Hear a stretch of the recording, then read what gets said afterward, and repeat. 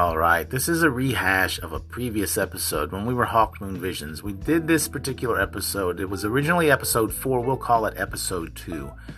And it's called Mystical Magical Fur Babies. And it's about the magical bond that we have with our pets. And it's kind of a lighthearted episode. So just remember, don't get confused with all of the Hawk Moon Visions talk. We're at intuitiveinsights.1 now, where both my wife and I offer readings daily, 7 a.m. to 5 p.m. Pacific Standard Time. So sit back and relax and enjoy this little humorous episode about our little lovers and our little fur babies.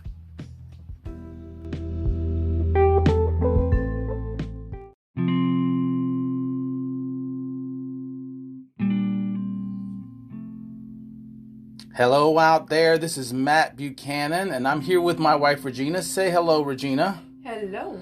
We are here for episode 4 of the Hawk Moon Visions podcast, where this one's called Mystical Magical Fur Babies. And today, I'm going to share a lot of stories about the wonderful magic that we experience with our pets, and even the hidden psychic link that we share. So stay tuned.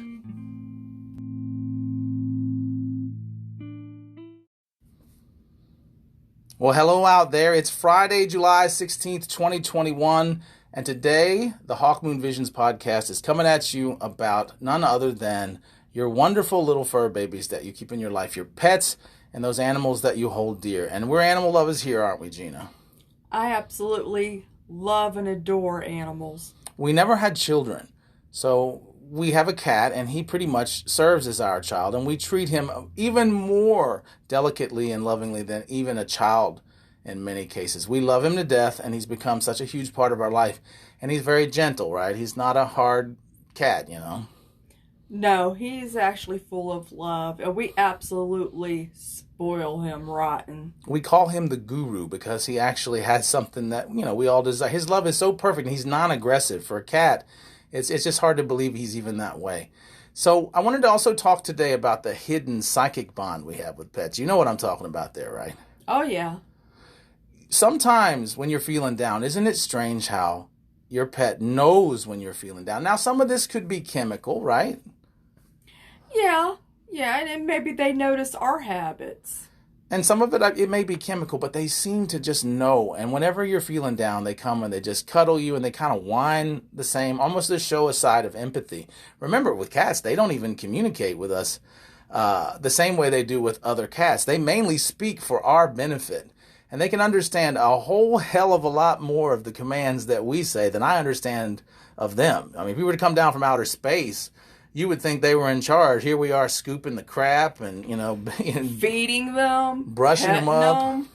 Gina even wipes the kitty's butt, makes sure he keeps himself clean. You know, I mean, she's really adamant about keeping him just absolutely perfect. That's hidden psychic bond, though. I really feel like it's something that they come to love us in such a way that they actually connect with us beyond the physical. And I wanted to speak about how cats have this uncanny ability, and most animals as well, to know what's about to happen before it happens. Because you know, that little bastard, when I go to clip his claws, always seems to know when I'm going to do it. And how many times have I actually picked up the clippers in the morning, hidden them somewhere in the living room, and he was cool all day until it was time. I got that little gleam in my eye, and what did he do? He took off running, hiding. Like he knows what's going to happen. Now, I have a theory about this. I honestly feel like this seemingly psychic instinct that pets have to do with more of the fact that they're more in touch with their predatory instincts, and they're of a necessity for them to survive. The reason why humans aren't quite as psychic as animals is based on the fact we don't need it as much anymore. We're living the soft life.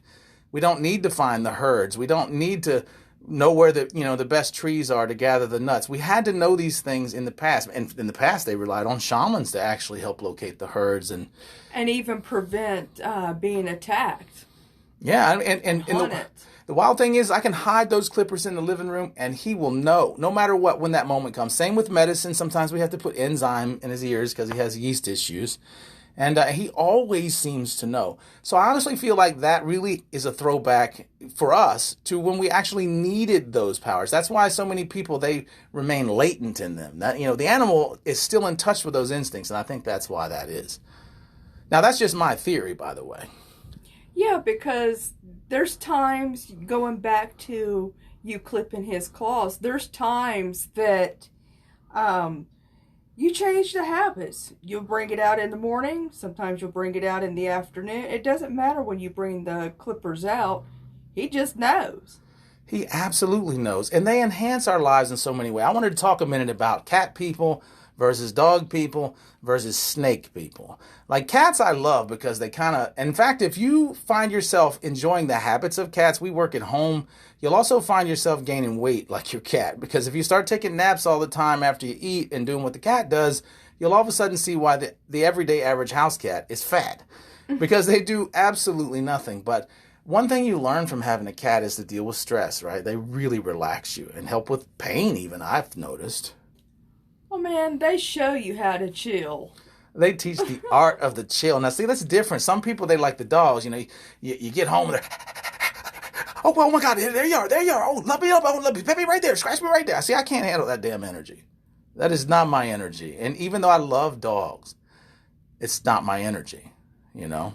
Well, they're more family oriented. They're more family oriented. And, you know, I've never understood the snake people. I'm gonna be honest with you. I don't either. I come from where swamps are and snakes are, so they kind of creep me out. I don't see how you form a bond with them. We all know our friend Kathy loves the snakes, and she loves her snake. So I don't judge it. It's just not my flavor, if you know what I mean. But my friend Ketchup back in the day, he was a biker, you know, taekwondo dude, and he had a huge snake, and people would always tell us, like, when you were over there chilling, man, you better watch, because he got a big snake, and he would always be, like, under the bed or something. He let him sleep in the room at night with him, everything. Big, big python. And I was like, I don't know, man, you know. And I'm not afraid of snakes, per se. I just don't really, you know. Do you? Do you feel that affectionate bond with the snake? Not really. Not really. Snake lovers, don't be hating on us. We like the fur babies, and, you know, this is mystical, magical fur babies today. Now, they enhance our lives in so many ways. We always call Kiva the guru because he loves so gently and so perfectly. This cat is really, really the most gentle cat you would ever see. You can turn him over, rub his damn belly, play with his paws. Gina wipes his eyes because he has a bad allergy. He lets us do anything to him. In fact, he stretches his arms out in glory as he's getting it, like, I'm so great, I'm so great. And that's what we love about him. We love about cats. They just have this regalness about them that you don't have, you know, sometimes even with dogs. Now, some people find that pompous, don't they? They don't like cats for that. Yeah, when we pet his stomach and his chest, he'll stretch his arms out and just super cute and super loving. He is so gentle.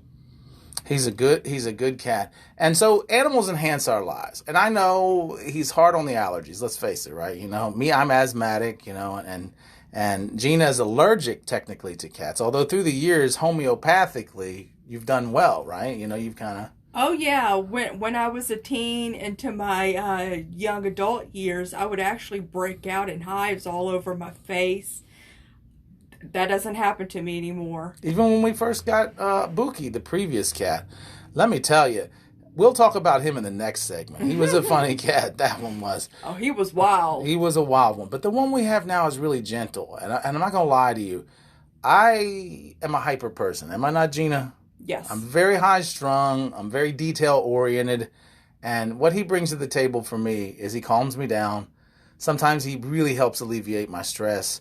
And he's just an all-around ball of love. But that psychic bond, it's funny how they just know when you're crying or something like that or upset, even if they don't see you right away. They come up to you and they whine almost and say, oh, let me make it better, the little ouchie that you're having. And it's amazing to feel that bond. They've even done studies. Listen, don't quote me on the study now, all you fact checkers out there, but they've done studies that they know exactly when their owners leave, especially dogs, when they leave work, because they can see the activity. And they even fluctuated when that person would leave to see if that dog knew exactly when that person was coming home to anticipate. So there's definitely a psychic bond there that we have with pets. Look at all the, miraculous things that pets have done to save lives. Not just dogs, but cats, even a pot-bellied pig a few years ago. Mm-hmm. Went into the street and flagged some traffic and took him inside because the owner had had a heart attack or something of that nature. A pig. I know, that's so wild. That's so crazy. That's wild. Apparently pigs are really not that bad pets. They're just, we never looked at them that way, you know. We kind of just saw them as bacon or whatnot, but they are really affectionate pets and they're not even really nasty. So everybody has their own flavor with pets. You have the hamsters, you get children to kind of bring them along, you know what I'm saying, and get them used to having a pet. I love squirrels. Oh, Gina, my wife, the lioness, loves to feed the squirrels. Well, the only damn problem with it is she throws these peanuts out to these squirrels in the morning. And apparently blue jays and cardinals also like these, you know, like these peanuts. So the blue jays show up in the morning, I mean, loud as they can. Now, I like a real peaceful morning. We work at home. I'm drinking my coffee. The last thing I need is red and blue birds bitching at me to give him friggin' peanuts. And Gino's just, well, I'll be like that, shut up, bird. Shut up, bird, you know. And the cat, we love to watch it because he doesn't go outside. And he's so gentle. And he's a chicken shit, isn't he? He runs to the back with every little noise. If someone comes over, he hides. He's practically feral now because no one hardly visits here. We're very insulated here. You know, we work from home. So he's a total chicken shit. I mean, he just runs, you know, at the drop of a dime. But he's so loving. But I've never understood why he's just so afraid of everything. Just not enough experience, I guess, with other people and other animals. But when he gets just knows us. When he gets in that window, though, and he looks at those birds and those squirrels, he gets the most pissed off look I've ever seen. And I get proud of him, I know. I'm like, you little killer. You know, you'd feed the family right now. But he's too fat. He wouldn't be able to catch those squirrels, you know? No, he wouldn't. Fat bastard. We play with him. My wife plays with him with this, it's like a stick and it has like a little tiger tail attached to it. And I tied like a mouse with twine on it, like a little mouse. And I think we used to be able to put catnip in that one or something. But Gina throws it at him and he'll go through the house, but then he lays on his back to hunt. He spreads his arms out like, throw it at me and I'll catch it. So, you know, already I know he's not catching the birds and the damn squirrels, No, man. He ain't getting shit, He flops on the floor and rolls over, and I'm just like, Keith, and then you can't hunt like this. Then he's like, he's grunting, groaning. He sounds like a little tiger in there. He gets out of breath. I mean, and then he starts bathing a little mouse. I'm like, man, animals are brutal with their, you know, with their prey, man. He's got to clean it up before he eats it. Of course, he never eats it. He only eats his hair off the floor. After he gets brushed, he thinks he has to take back his lost hair into himself. For some odd reason, if it's been on the floor for hours and all of a sudden it hadn't been vacuumed up, he finds it and he feels like he needs to reabsorb it and he eats the hair. And we're like, what's the point of trying to prevent him from hairballs if he's going to eat the damn hair? Well, I just pick up the hair off the floor so he doesn't do it. Yeah, he just, you know, he's just a goofball. Like, he's a one day I was brushing him and I was cleaning his brush outside. I went outside to clean his brush and I took this big tuft of hair and threw it to the wind. It landed on the porch and this bird flew up and grabbed the clump of hair and took off with it. And I said, he's going to build his nest with it. Think of the legend he's going to be, like, I killed this cat. I'm going to make me a nest with this stuff right here. Y'all ain't never messing with me. You know, but he took off with that fur, and I laughed my ass off. I thought to myself, you're building your nest with the very predator who would eat you. And he took it to build his nest, though. I'm sure he stayed warm at night. Perhaps he even came back when we would brush him to get more. Like, this is some bomb-ass insulation right here, you know. But, anyway, we love our cats, and in all honesty, I have this little bit of a reputation myself, and I'm going to tell you a little bit about my first cat in the second segment, but I'm kind of a little bit of an animal whisperer, meaning everywhere I go, animals love me, and I used to work in sanitation, and literally, I was a trash man, and everywhere I went there were these dogs. Literally, the owners said, even after I left those routes, those dogs never stop barking when the trash truck is there, and I had these little poodles I would visit, you know, I would jump out of the truck and run and pet them. And I had some huskies I would wrestle around with in their yards and stuff, like in the more rural routes that I had. Even a horse one day. My brother said, I just, for some odd reason, I went up to the horse and I just started talking to the horse in the pasture as we were picking up trash. There's like pastures back there. I just started talking to him like, hey, baby, and all that little baby talk. And that friggin' horse walked over to me. So, you know, they're affectionate. Somebody talks to the horse. Either that or, you know, God knows what. But that seems to be the thing with, and even the dog up there. We got Athena up the road, the pit bull. Oh yeah, she's so precious. And if we don't acknowledge her, she cries when we take our walk. She literally, and we don't really see her very much, but just that little bond that she's formed with us has become like this thing that she just needs. I mean, when we go by, she's needing it. And we pick the mail up there, so she's not. She usually, you can hear her over there. Like, come over here. And some days I'm in a hurry, or I don't want to have to wash my hands, and I neglect her a little bit. But and we have this problem. Both of us are that way. Gina had a reputation when she was young for being the dog whisperer, and dogs would follow her everywhere she went when she went walking. I walked a lot. I walked everywhere I went. I walked, and dogs would just follow me. But going back to Matt being a sanitation worker, the funny thing about that is when you think about trash men and dogs, you think about the dogs attacking the trash men. That happened too. I've got some stories about that in the second part of this episode that you'll find pretty funny, because when I did do that for a living way back in the day in my youth, I had some hilarious experience with certain animals, and they were absolutely funny. So today, we're glad to be talking at you. I hope you guys are already enjoying this segment. We're trying to do our best to entertain and talk about something we all like to talk about. This podcast is most definitely about life, but not always just paranormal things, but the things we enjoy from the paranormal perspective. What do you think, Gina? Oh, yeah. So we'll be right back, and then we'll continue with the second segment. I want to tell you all about a little cat named Buki. That's why I nicknamed the second segment Nerf Guns and Bruce Lee. So stay tuned. Lord. Stay tuned.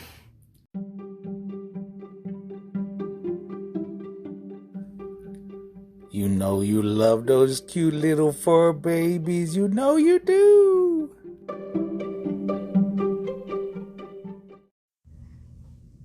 All right, now we're back, and I promised you some stories, and this is called Nerf Guns and Bruce Lee, because we had a cat named Buki that we actually hijacked from the pound many years ago, and he lived with us for about 12 and a half years before he passed. But as soon as we got him home, he looked like the most pretty cat you've ever seen. He was white with gray little wolf spot down his face. I always called him my tiger wolf. But as soon as we got him home and let him out of that temporary pet carrier, what the hell did he do?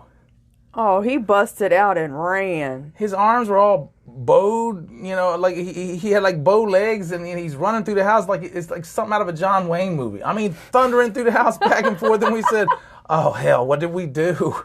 And I mean, he would wrap himself around my head at night and lick because I used to shave my head a lot back then, and he would lick my bald head, if you remember. Yes. And he would literally bathe me and sleep up atop my head like that. But he was actually really wild. And I'll never forget, because he always, liked to get stuff started. And back then I was young, I was wild, I was very active. So I'd run through the house trying to get him, riled up and whatnot. But once in a while, I would just pull this little Bruce Lee thing, like, whoa, and I'd flex for it, like Bruce Lee would before a fight. And then he all of a sudden one day came into the living room, arched his back, his tail fluffed out, and he arched his back and started going sideways, going, whoa, like he was emulating the Bruce Lee thing. I said, you little son of a bitch, do you want to fight? But he was so much fun, and I played with him so much, and I would even buy Nerf guns, right? And chase him through the house with the Nerf gun, shooting him with the darts, and he would steal the darts and run off with them. And he loved it. He absolutely loved it. This cat was fearless. Even noises didn't scare him. Oh, he was wild. He was wild and tough and just... what's beyond wild? He was absolutely fearless. And at night, sometimes she would be sleeping and this cat would thunder through the house back and forth, and all of a sudden he'd jump up on her side table where the window was and slide across it and slap into the shade, often breaking the damn shade, and make a little hole there, and he'd be tail wagging, looking outside. And one night I finally figured out what it was. I went to the front of the house to go to the bathroom or something. I looked out the window and there was another cat walking through the yard, and I thought, that sucker won't fight. Mm-hmm. He wanted to fight. He was when we took him to the vet, he had so much absolute energy. Really, he was so rotten. We had to pay extra money each time we ever took him to the vet to gas him, not only when we came in there to be examined, but when he had to be re-examined. So you could count on at least $100 extra, right? Oh, yeah. And then when we would drop him off, one time we went on vacation, and we made the classic mistake in the past of like, oh, we'll just leave him enough food and stuff like that. Not a good thing. He didn't feel well when we got back, so we took him to the vet, and he wasn't feeling good, so we took him to have him looked at overnight because obviously he had gotten upset and thrown up a lot. And it's kind of torture to do that to your pets. You should always board your pets. This is something I've learned through time. Do not leave your pets at home unless you have a sitter coming over. It's absolutely cruel to these animals to leave them at home wondering if you're alive or dead. Now, we did call them on the phone, on the answering machine. We would. Back when there was answering machines. Yeah, we're that old. And we would call him on the phone and talk to him through the answering machine. But I think it only upset him worse, if you know what I mean. Might have even confused him. I hear the voice, but where are they? So don't do that to your pets. Always board your pets, And the sad thing is with Kiva, he gets traumatized when we board him, He really does. And he's too introverted. I have to cover his cage with a towel because he cries so much. Well, he only knows us. He's 18 pounds. He's literally as big as a bobcat. I mean, he's got a little weight to him, but if you saw how big this cat was, he's as big as any Maine Coon I've ever seen. And he doesn't have all that extra fur. But Buki was wild. He would literally climb to the top of the cabinets in the kitchen. I'm talking about places even a cat shouldn't get. And he would be up there and look down on us like we were the lowly peasants. Yeah, and he was the king and we were the peasants. And if you stuck your hand up there, he'd swat at your hands and everything. He thought he was it. Now, he had a rotten side, too. He tore up everything. He was a bad cat, but yet he was the most loving cat that I could literally just take my hands and rub them together real light, and he would come through the house looking for me. That's how attached that we were. And then I would make the little kitten noises, and he would come from no matter where in the house and come lay with me. He was one of our favorites. He was the wild child. But when we got Kiva, we thought he was going to... We actually adopted him, right? The day we had to euthanize Buki because he ended up getting like a tumor in his butt, poor little fellow. Painful. Yeah. Poor baby. He would have never lived a normal life after that, and he would have had to be in the hospital like 6 months. Your pet doesn't want to be in the hospital 6 months. He doesn't know anything but you. And so we had to make a really tough decision, and they knew what the decision was. But I remember when he was passing, if you remember, everybody, that was when I was still in trash. And everybody, all these hardened criminals and these hard people, and I'm crying for like a month because I know he's passed, and I'm keeping his stool soft to take care of him. And everywhere I go, these tough guys, because I was one of the hard rollers there. I was like, they had big names like Big Dog and White Chocolate, and the Spanish people called me El Capitan. And seeing these people, I don't think they could handle this big tough guy coming at them just crying all the time. So I could literally see him like open the door and walk away from him. They're like, oh no, I don't want him crying in front of me, man. I'm not going to break out crying because this grown man is crying about his cat. So one night I'm on my way home and I worked late and it was dark out. And I remember being at a red light and I was just sobbing because I love this cat so much. And this lady at the red light rolls her window down. She said, "What's wrong?" And I remember just turning and looking at her, and my lips all shaking and everything. And I was like, "My cat's dying." And she was like, "Oh," and I thought to myself, she probably thought I was crazy. Here's this grown man, and I kept my head shaved back then. I literally looked like a thug, And, and I was pretty fit, so I was a big boy. You wouldn't expect this big old guy to be sitting there crying at the light, but that was the most hilarious moment of my life looking back. That lady was so sweet. Yeah, she was so sweet. So along the way, we've made a lot of friends with animals. We've lived with animals. In fact, Gina literally told me early in our marriage, and we have unique circumstances, and we're not going to discuss private things here on the show, but she told me, either you're going to give me a baby or you're going to give me a cat. Damn it, we were at the pound in no time flat. And I definitely, the bar has made a poem. But, and I knew, because I lived with cats, my mom was cat people and still is, and always bringing in cats. I knew that as soon as she started living with a cat, that, it's hard to unlive with a cat. Once you've lived with a cat and you get used to them, I guarantee you, your house is going to be so silent the day you choose not to when you put down that last cat or when they pass away on you. It just is the loneliest sound in the world, not hearing them get up at night and eat the food and lap the water. And it's like they just become part of the rhythm of your life. I know. The sounds, seeing them all the time, taking care of them. And it is a lot of work. With cats, it's easy. You scoop their box. We've never had any issue. I don't know how many of you out there are, have never had pets or have never had cats, but I mean, literally both times we just took the cat to the box and said, here it is. The only time little Bubba made a mess, one time I actually put the it's like one of those walk-in litter boxes, and I put it on backwards. This was Buki. And for like a day or so, he cried. Oh. And I don't know why he was crying. Because I scoop it daily. So all the way to the next day, he's just crying because he's got to crap, man. He's got to take a shit. And he's got to do something about it. And he can't get in his box. That's how good he was with his waste. They're very clean, orderly animals, keep their box clean.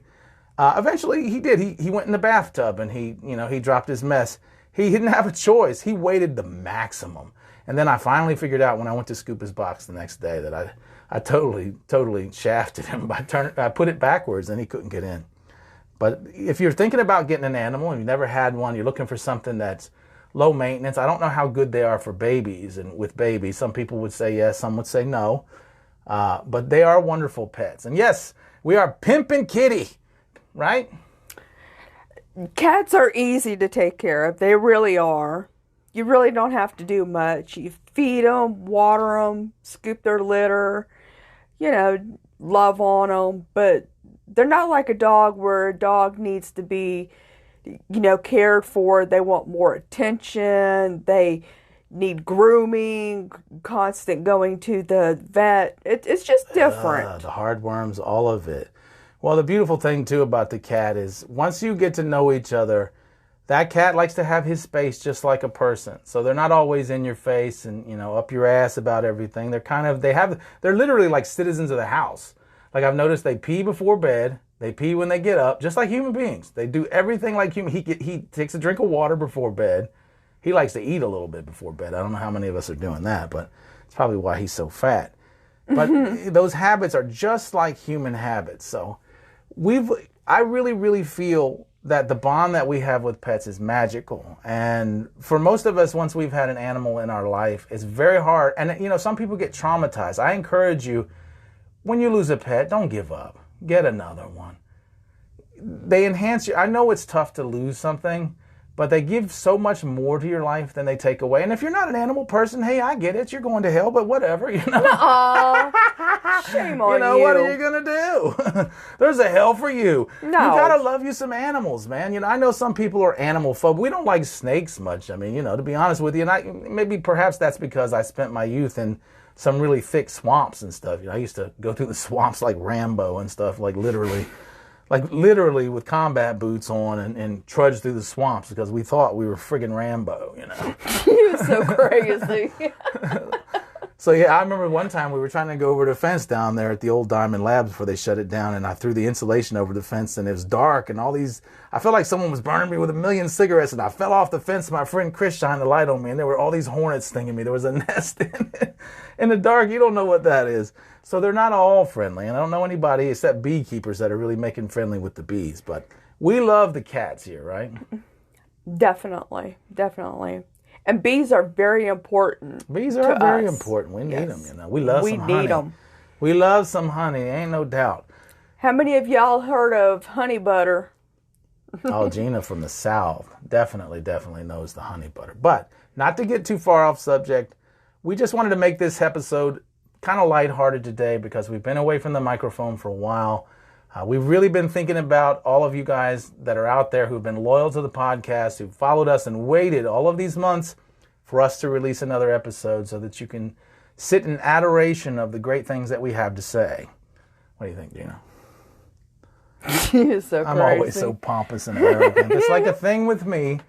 But we are available, too, daily to do readings. Both of us are independent Click for advisors. We do readings. We don't really solicit that often. We'll do it. Hey, this is a shameless self-promotion plug here. This is our podcast. But you'll never see me ever, making advertisements and stuff to get readings. We're very busy and we're very sought after. We work on multiple platforms. I mean, Gina, she's been like staff pick on one of them like 3 times in a year. And me, I'm kind of, Mr. Bigwig over there, top rated, top accuracy. But we're also on Bob Olson's Best Psychic Directory, which is something we're proud of, right?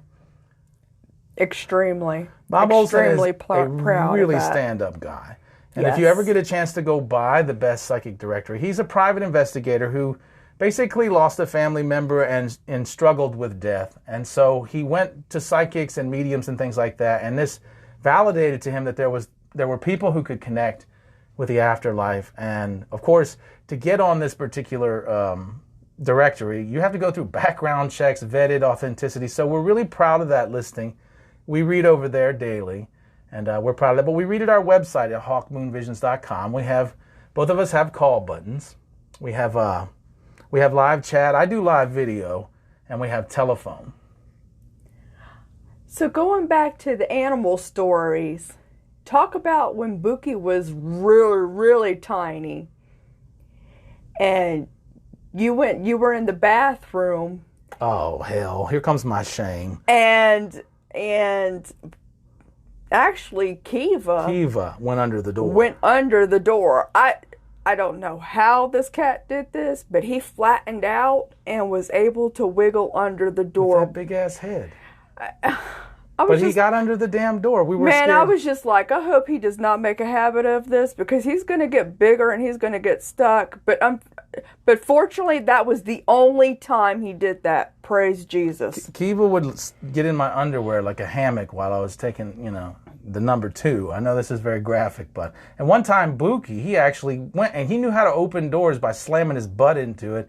He actually exposed me, and Gina just started laughing when I was doing my business. So, the animal whisperer can't even do his business without the animals. So listen, every day we are available at hawkmoonvisions.com. This podcast is available wherever podcasts are consumed. We just moved it to Anchor, so some of the RSSs might be a little broken in some places. We're repairing that now. Every day we do readings at hawkmoonvisions.com. We give quality readings. Both of us are very experienced, doing this, and we enjoy doing what we do, right? Right on. And to be honest with you, you'll get something that's a little different with us. We have a little bit of a different perspective. Number one, we've been married for 26 years, so we actually know how to make a relationship work, and we know what it looks like. And number two, we have some life experience and some wisdom, and we've been in this business for a while. So if you're looking for a quality reading, go over there and look at what we have to offer. You can schedule callbacks through the systems as well as a scheduled call. So listen, this is going to conclude this segment of this podcast. I don't want to be too long-winded because we're going to start releasing these episodes on the regular, right? Right on. We're going to do it. So until the next time, I don't want to say next week because it's been months, but I feel it's going to be a weekly thing. We just want to thank all of you for listening, right? Yes. We're very, very grateful for any support that we get. We're going to try to keep this thing commercial free. Down the line, we may actually make it listener supported, but we don't want you to be bogged down with all of these commercials, at least at this phase of the game. We want you to just enjoy the show, right? Yes. All right, so we'll see you next week or the next time that we do the podcast, and this is the conclusion of episode 4, The Mystical Magical Fur Babies. You guys have a really good weekend, and we hope you enjoyed.